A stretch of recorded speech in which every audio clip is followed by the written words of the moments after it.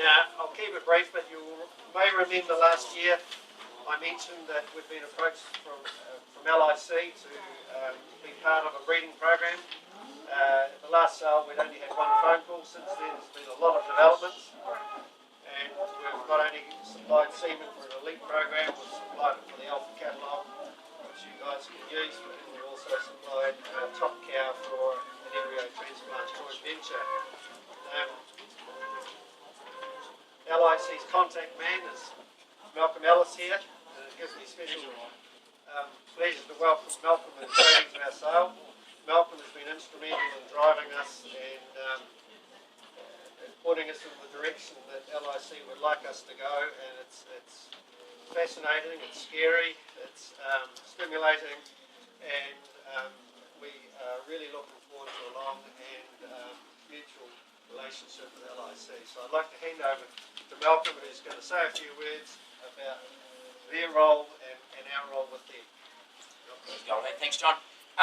And I thank the McKercher family for the opportunity to come along to the sale today. Obviously, I'm a dairy farmer too. By way of introduction, I came to LIC 2 years ago from a 20-year farming background, and Jodie and I have retained our dairy farming interests in the Waikato. But I guess I had two key passions. One was in genetic gain, in my key role as bull acquisition manager at LIC, but also involved as the short gestation manager. And I guess that is best defined in my second passion of farm production systems. I guess I've got as much Scottish blood in me as anybody, and I'm pretty keen to make sure that I retain as much of the $8.50 payout that's on offer as I possibly can. So no different than the challenges you guys face, but what I have found in the SGL program is that there is huge potential for what we're looking to try and achieve here, and I just wanted to take a couple of moments to introduce that, because I guess the best way to do that is if I could take you either as agents or farmers forward 3 to 5 years from now.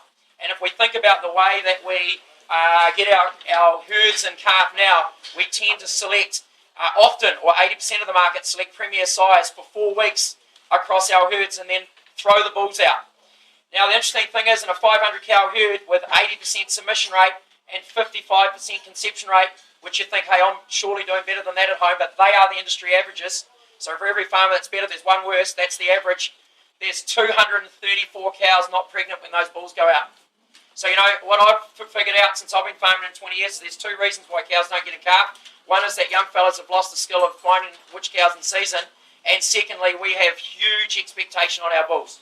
We put a huge amount of expectation on our bulls to get these 234 in calf. We throw out a group of Shrimpton's Hill bulls or wherever you've sourced them from. They're pretty excited on day 1. They're tiring on day 2. They're dead tired on day 3. They're going lame by day 4. And from there on, the empty cows start to accumulate. So what I ask you to consider, or I'm certainly driving this as a farmer shareholder in this organisation. I come to this job at LIC passionate as a farmer as much as I am as a geneticist, and I would suggest that I will be making it my own personal goal to change the way we make our herds going forward, and in 3 to 5 years from now, the best 40% of our herds will be going to fresh sex semen. So your 78 BW herd, which is the average BW herd in New Zealand, the top 40% would have a BW of 124 today, and we would be mating and breeding from the very best 40% of our cows, and we will have fresh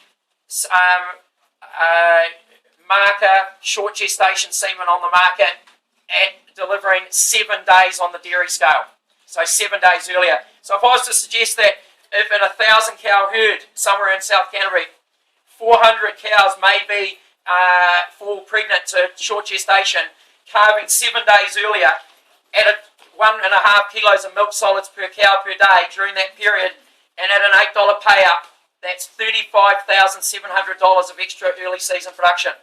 And in the 20 years I've been farming, we've sold out to our comparative advantage in dairying. We used to be the lowest cost operator in the industry. We've now learnt North American ways, and we're trying to streamline it in New Zealand, where you'll see a spring like this in the Waikato where there's as much feed being fed while there's grass silage being made. I just don't understand that. So the way to drive productivity and profitability in the next 3 to 5 years is going to be from days in milk, because those days in milk don't come at a cost.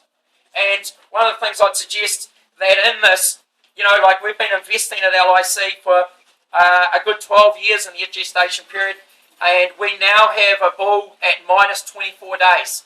So that's delivering 12 days on farm.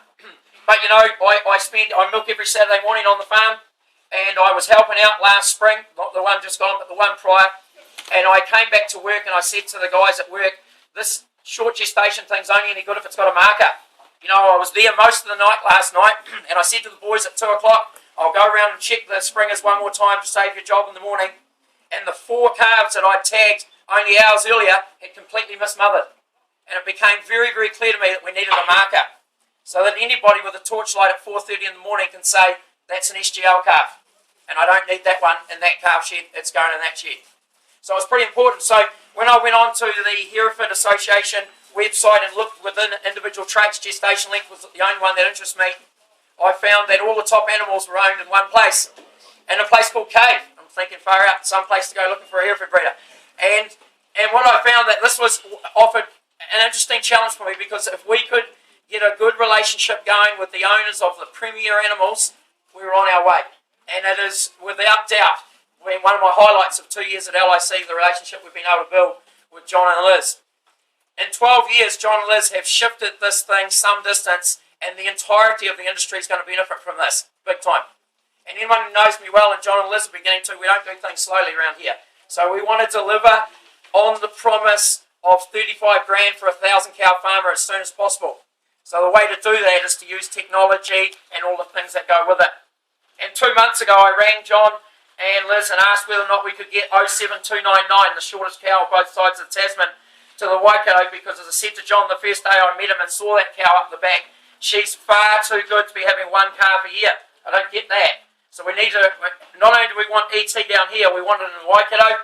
We've had her up there for 5 weeks. She's produced 87 oocytes, of which 42 have converted to embryos. If half of those hold next year, she will be the dam of 24 offspring from the shortest cow. And she's been mated to our minus 24 bull. So there's real potential here to move this thing along. So I'm sure it's with great pride that John and Liz offer this offering today. But watch this space, because this sale is going to seriously benefit what we're doing going forward. And one thing I do is I just calculated as I was heading out here this morning, there's a bit of misunderstanding around short gestation, and I had an excellent coffee half an hour with the PGG crew yesterday in Temuka, and as I was pointing out, there's a minus 7.5 bull coming through here today, that if you know, the numbers I do, I look to put a bull with 25 females on average as a ratio, and you might well buy a bull here today to run with your heifers or with some carryover cows and then spend some time with your herd towards the end. That minus 7.5 day bull, assuming it achieves just 25 pregnancies, is going to be 188 extra milking days at 1.5 kilos a day. It's 281 kilos at $8 a kilo. It's $2,390 more spring production than going somewhere else and buying a breed average gestation bull. Every bull that comes through the ring today at minus 4 days is worth $1,275 of extra milk production at this milk price next year. And as a fellow dairy farmer, I urge you to understand that the marginal profit around some of the feed options and shifted to North American style farm systems that for whatever reason we are just so hot on right at the moment, the opportunity to develop early season farm profitability is immense, and short gestation plays into that. You know, what I did learn in 20 years of farming is there's a whole lot more money in a milking cow than a dry cow. And so let's get cows milked early. So it was with real pleasure that I have the opportunity today. I thank you for it, and I look forward to coming down. This next 12 months is going to be huge for the rollout of SGL. In 2015, we'll be delivering minus 7 days on farm. That's a minus 14 bull delivering minus 7 on farm. And if we get cracking, we'll have 6 semen with it as well. So I appreciate it. Thank you very much indeed. And John and Liz, on behalf of Jody and I and LIC, I wish you all the best today.